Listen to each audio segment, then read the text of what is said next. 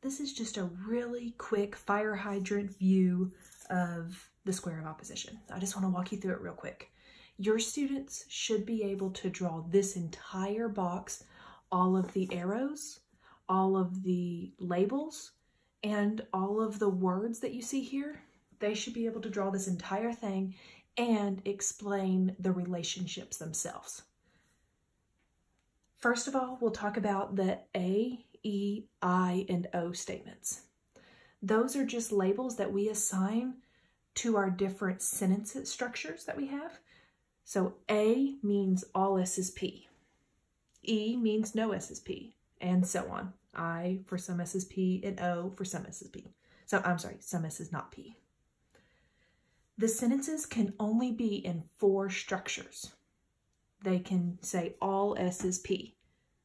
They can say no S is P. They cannot say S is never P. That is a wrong sentence structure, and you need to correct them on that. Whatever sentences they're writing needs to fall into one of these 4 categories.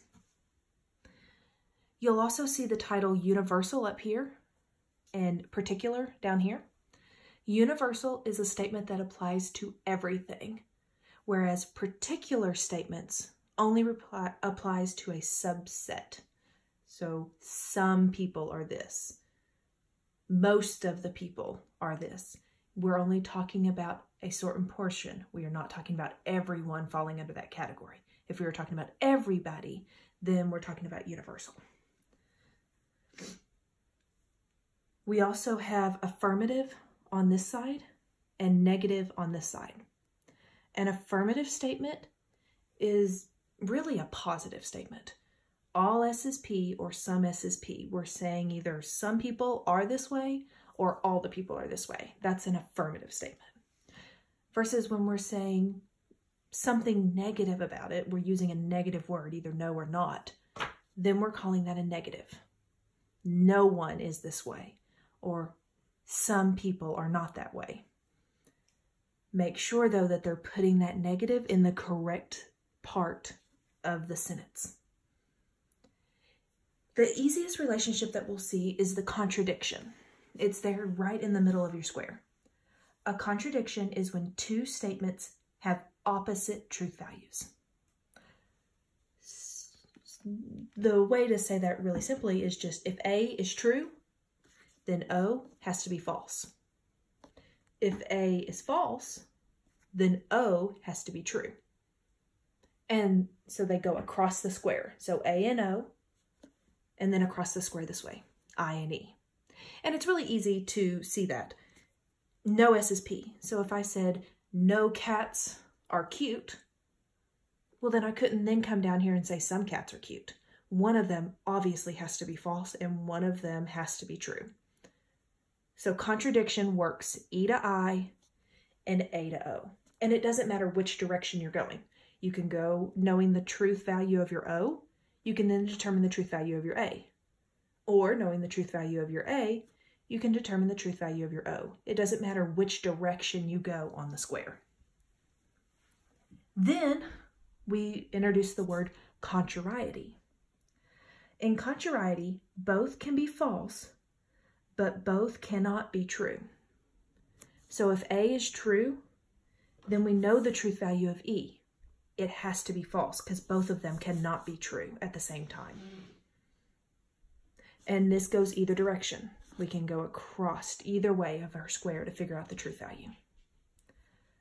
Of subcontrariety, both can be false, but both cannot be true. Now, if one of them is false, we can't determine the truth value of the other. But if one of them is true, then we automatically know the other one has to be false because they both cannot be true at the same time. That works both directions here, I to O or O to I. Then the only other 2 relationships that we have are superimplication and subimplication.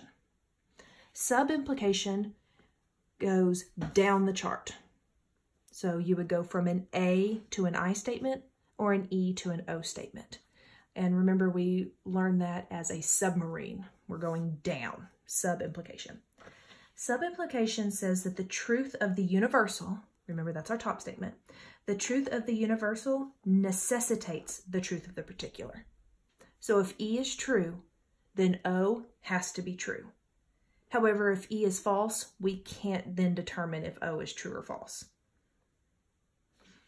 And then the other one is super implication. And remember, we talked about that being supersized. So we're going from the bottom up to the top. So an O to an E statement or an I to an A statement. Those are super implications. And the falsity of the particular down here, the falsity of the particular necessitates the falsity of the universal. So if O is false, then E has to be false. Now, if O is true, we don't know whether E is true or false. It's only the falsity that we can determine with a super implication. Your students need to know this entire chart.